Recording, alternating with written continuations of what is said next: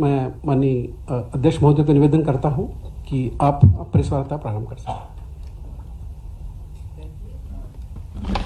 धन्यवाद। So I am going to use English to brief you because I can then do it faster. It will be very slow if I spoke in Hindi. This is what I'm going to do. I'll first explain to you what the FC mandate is, what the Finance Commission is supposed to do. Then I'll briefly tell you about our discussions with the government of Madhya Pradesh today. And then we'll take a few questions, 3 or 4. So first of all, so that all of us are on the same page in terms of understanding what the subject matter is. The Finance Commission is appointed generally every 5 years to make recommendations for a 5-year period. For this commission, that 5-year period is 2026-27 to 2030-31. Now, recommendations that the commission is asked to make relate to the division of the union tax revenues between the central government and the 28 states taken together. That is called the vertical devolution. And then it is also asked to recommend how that how the share of the 28 states should be further divided among the 28 states. That is called the horizontal devolution. The Commission is also asked to make recommendations for some grants to the third tier of administration, which is panchayats and related institutions in the rural areas and municipalities and related institutions in urban areas. That's the third. And the fourth thing is relates to the disaster relief. So some grants are given to the states on disaster relief as well. Devolution comes from a common pool of tax revenues, whereas the grants, all of them come from the budget of the central government. So there is a clear difference in terms of the sourcing of these. In some ways, on the grants, the central government does exercise some control because it's coming from the central government budget. Commissions have traditionally also given grants for what are called the state-specific grants and sector-specific grants. So that is the rough kind of roadmap of what the commissions are supposed to do. This commission started its work sometime in mid-February. Some progress was made in the early months, preliminaries, etc. And then once the parliamentary elections were over and model code had been lifted, then it started visiting different states. Now, a very large part of the task of the commission is to conduct very wide-ranging consultations. It visits every single state in the country, so there are 28 states, so we go to every single state. Madhya Pradesh has been our 20th such state. We still have 8 more to go to. But the commission also consults with the central government ministries, central government itself, as represented by the finance ministry. It also consults the previous finance commission chair and members. It also consults the experts in the field, eminent persons. The commission also takes suggestions from anybody, any citizen who wants to give such suggestions. Our website has a link where anyone can go in and give their suggestions, and these are reviewed then by our staff very regularly. So that is what the commission does. At the moment, no decisions are made, have been made, naturally, because we still have not visited the 8 states. So this is to let you know that any questions you have about what the Commission will do, I will have no answer to. So it is pointless to really ask that question. Because it's only after all consultation has been completed, particularly with the state governments and the central government, that we would then get down to the decision-making part of the Commission's work. Now, today, we met for several hours, started around about 10:15 or so, and we just finished about half an hour ago with the government of Madhya Pradesh. And we had a very extensive set of presentations. Madhya Pradesh really made one of the most impressive presentations that the Commission has seen in the last 20 states that it has visited. It included first a brief to the Commission on how Madhya Pradesh has developed over the last 15 years or so, starting around 2005 or so. It's very impressive progress in agriculture, and in general, how its per capita income has risen during these 15 years or so. And then the rest of the presentation was about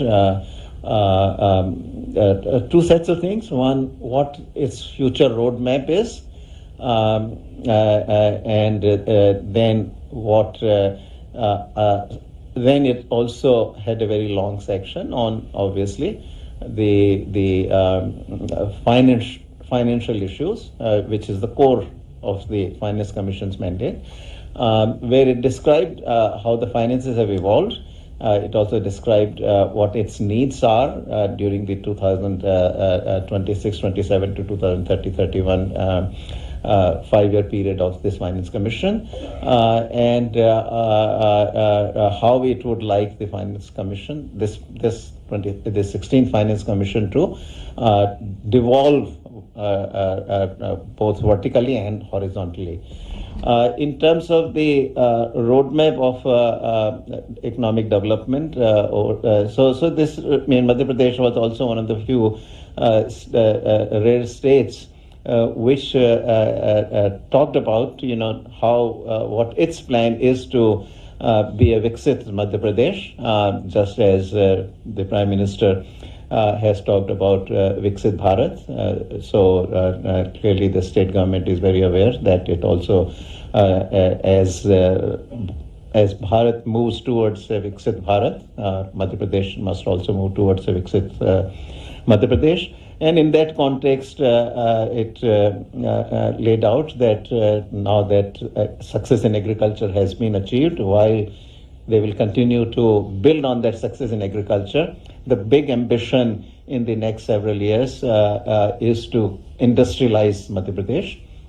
And it pointed out that it has already started working in that direction, and the Global Investment Summit that it had very recently was very much towards that objective, and that it is going to continue on that path.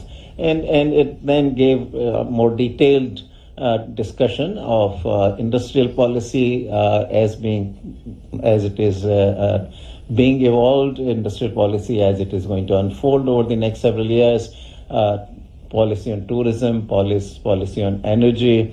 So various sectors were covered as well. Now I come to the Madhya Pradesh's recommendations on the basic issues of vertical and horizontal devolution. There was also a section I should mention, very well done sections on both the local bodies, rural and urban, as well as on disaster relief. So all of these were very well covered fully, which all the members of the commission and myself, we all very much appreciated when we spoke towards the end of the meeting. So now on two major kind of areas which where the decisions are to be made by the Commission. The recommendation of the government of Madhya Pradesh on vertical devolution was, I'll explain, this requires a little bit of explanation because Madhya Pradesh is one of the rare states also which has gave some more details in this regard. What has been happening is that, traditionally,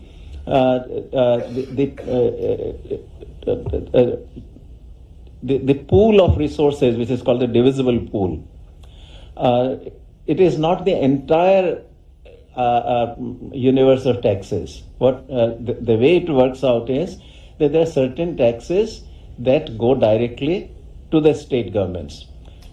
These include things like state GST, any taxes that the state levies on petroleum products, any taxes that the state levies on liquor, excise duty, sales tax, etc. on these products. So these go directly to the states. Then there are certain taxes that go directly to the central government. These are taxes related to the union territories. They are part of the central government effectively for financial purposes. And also there are certain cesses and surcharges that the central government levies. These also go directly to the central government budget. All other union taxes, such as the income tax, the corporate profit tax, custom duties, anything else, that goes into the divisible pool. So the bulk of the union taxes actually are part of the divisible pool, but cesses and surcharges and the whatever is the can be classified as the union territory taxes, they go directly to the central government. So in that context, the pitch made by the government of Madhya Pradesh was that, first of all, that the cesses and surcharges should be capped at 10%, because states get no share in the cesses and surcharges. As I explained, the cesses and surcharges go directly to the central government budget, 100% of it. So this has been the demand for almost for the last 60-70 years. This has been the demand of the states that cesses and surcharges ought to be shared. But Constitution really doesn't allow that. Constitution gives the cesses and surcharges in entirety to the central government, and the pitch that Madhya Pradesh government has made is that these cesses and surcharges should be capped at 10%. That's one recommendation related to the vertical devolution. They also said that, well, if that cannot be done, it actually, Madhya Pradesh government pitched for going some further, that not only cesses and surcharges, but also non-tax revenues of the central government should be included in the divisible pool.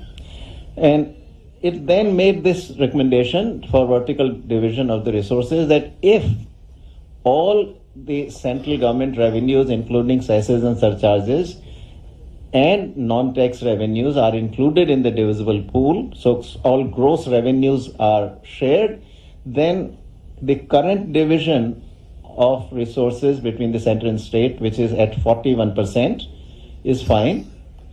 If that is not done, then at least the 48% of the gross tax revenues. Now remember, gross tax revenues of the central government include cesses and surcharges. Right? So they are saying that 48% of that gross tax revenue should be allocated to the state governments. This is very similar, I should say, not identical to, but very similar to what many other states have said. Other states have said that that 50% of the divisible pool should be given to the state governments. This has been easily about 16 or 17 of the states that we visited have made that recommendation. So that is about vertical devolution. On horizontal, how the revenues, how the share of the states should be divided among the 28 states. That is a more complicated exercise for the commissions traditionally. And what they do is often multiple criteria are used. As an example, 15th, so I'll use 15th commission as the example. and that will also help us understand what the recommendations of the government of Madhya Pradesh are. So, 15th Finance Commission said that, look, we'll take 15% of the divisible pool, which we shall divide based on population. So, if Madhya Pradesh has, let's say, 7% share in the national population, then Madhya Pradesh gets 7% out of that 15% of the divisible pool, right? And similarly, every state, based on its share in the population, gets, meaning its share in the national population, gets the share within that 15% of the divisible pool. Similarly, area has been used. 15th Finance Commission also said that, okay, 15% will be, it divided 15% of the divisible pool based on the area. So if Madhya Pradesh has, let's say, 10% share in the national total area of India, then it gets 10% out of that 15%. So this is how it is done. I'll give you a comparison of what the 15th Finance Commission recommended, which has been the basis for the divisible pools division among the states during the 5-year period of the 15th Finance Commission, and what the recommendation of the Madhya Pradesh government is. So population was 15% in the 15th Finance Commission. Madhya Pradesh government suggested that we do only 10% based on population. Area was 15% also for the 15th Finance Commission. And here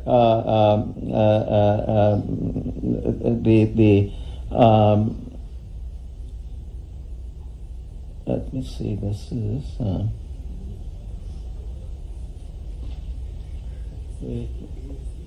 area is here. So area is also 10%. Okay. Forest and ecology is 10% for the 15th Finance Commission, and Madhya Pradesh's recommendation is that that should be raised from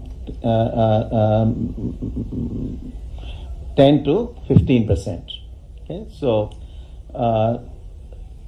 instead of 10, 15%, and so population 10%, area 10%, forest cover 15%.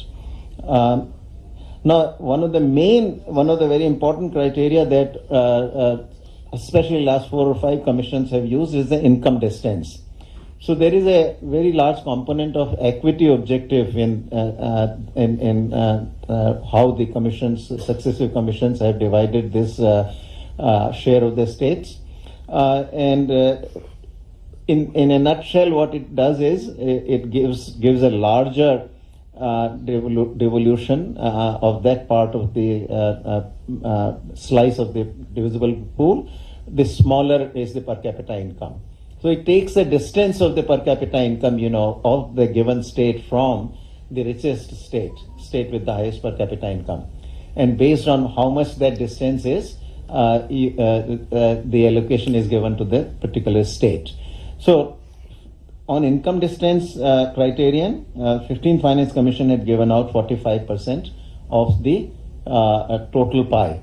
So this is a very large share, 45%, almost close to half of it was done by the income distance. Madhya Pradesh naturally having a low per capita income relative to the richest, which could be either Haryana or Telangana, naturally benefits from that.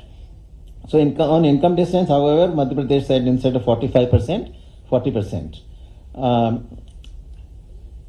What it added instead, out of that 45%, it said do 40% for income distance, but introduce a new criterion, which is multidimensional poverty.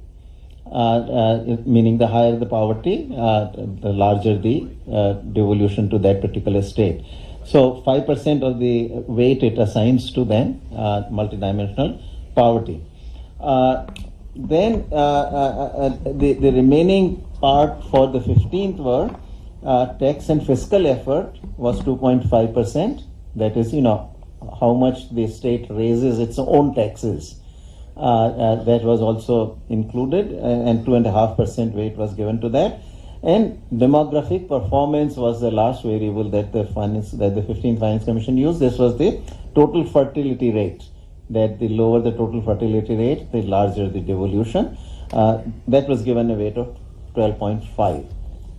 So that total sums up 100 for 15th. Now I'll give you the remaining criteria that the state of Madhya Pradesh has suggested. Madhya Pradesh has also suggested that we give some weight to the SC/ST population. So in addition to 10% weight, 10% weight given to population, it said about another 10% should be given to the SC/ST population. So that adds another 10%. Demographic performance, TFR, the total fertility rate, it reduces the weight to 5%. And then it leaves about 5 more percent. Tax effort, it takes also 2.5%. And then contribution of states GSDP to the total GDP of the country, of the 28 states really, excluding the union territories, another 2.5%. All right, so I'll now read out very quickly in one go what Madhya Pradesh has suggested for horizontal devolution.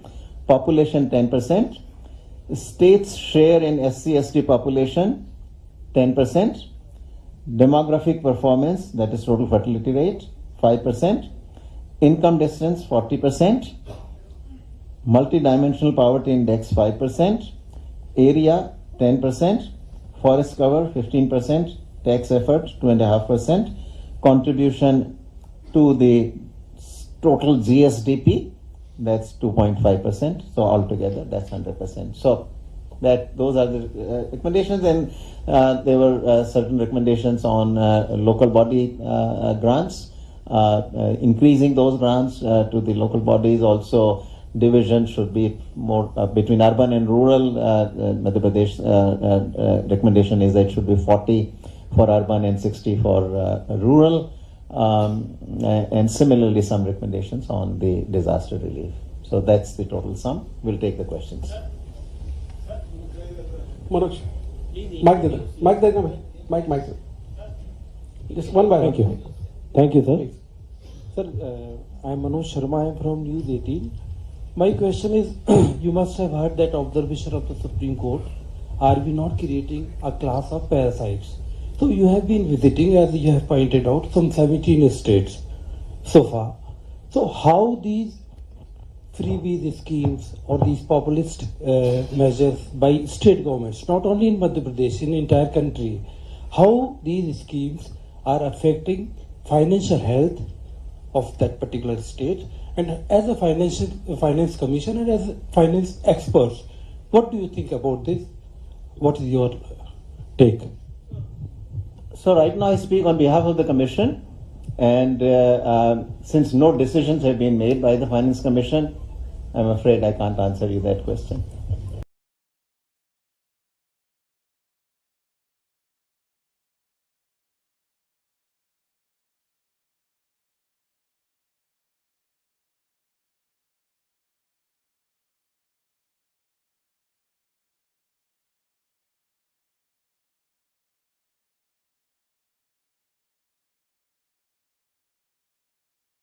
इस विषय पे मैं थोड़ा बहुत बोल चुका हूं पहले, तो उसमें आपको मिल जाएगा. अभी फाइनेंस कमीशन की बात करें, अभी देखिए यहाँ पे पूरा कमीशन बैठा हुआ है, तो अभी मैं सिर्फ कमीशन की बात करूंगा.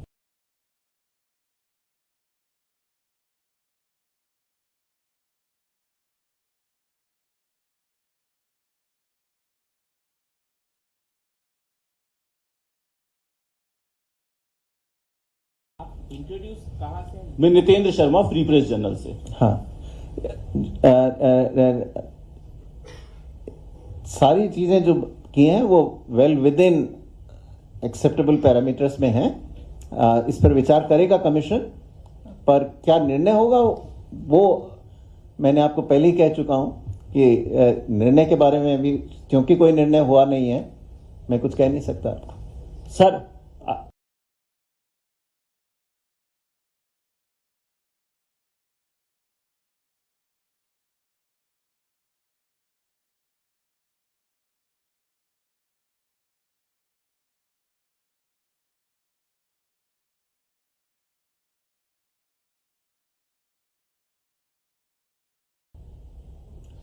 So as I said, you're all asking questions about what the commission will do. Commission can't tell you yet because no such decisions have been made. Anil, So, mike देना प्लीज. कृपया अपना परिचय दे दें. Hello. Sir, I am Ankur from Times of India. Yeah. So, in principle, do you agree that devolution amount of MP, which is 7.85% as of now, should be increased? I would not say one or the other way because I speak for the commission. You just said that MP had a very, impressive presentation, and we are doing a lot of new things. Anil, That is what the government also said.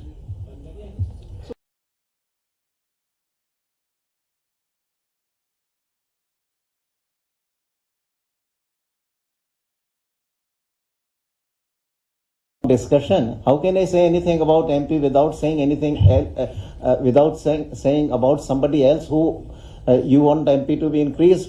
I have to also then tell you something about whom am I going to reduce? Right? If I were to ask you that if you want to raise MP to say 9%, who will you reduce? You don't know that. I don't know that. So that question can be answered because this is a percentage issue. Therefore, you increase one, you have to reduce somebody. You cannot increase one without reducing somebody. Which means that one has to ultimately decide what the criteria are going to be that the commission will adopt. And based on those criteria, then what is the division of those resources? last question, Anil. Sir, Atul Anil, Pathak- sir, I-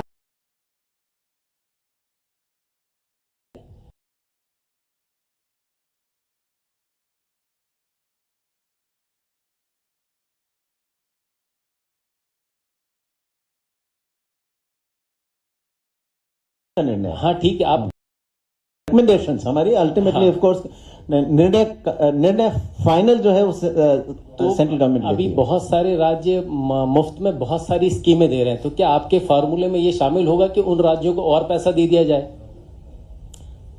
आप सभी बातें भविष्य की पूछ रहे हैं मुझे ये इसका एक मिनट क्या ये फार्मूले में शामिल होगा आपके अनुशंसाओं में? नहीं कुछ कहने, ये तो सब कमीशन को निर्णय लेना है ना इन सब बारों में. इस सब बातों पे पांचों जो मेंबर्स हैं कमीशन, पांचों यहीं बैठे हैं सर. नहीं तो अभी हमारे आपस में जो है इस विषय में कोई चर्चा तो हुए बिना निर्णय कोई भी कैसे ले सकता है? आप बहुत सारे राज्यों में घूम आए हैं, कई राज्यों,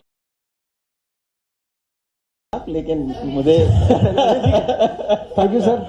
दुख है इस बात का कि आपको thank you so much for को लंच के लिए आमंत्रित है. Thank you so much.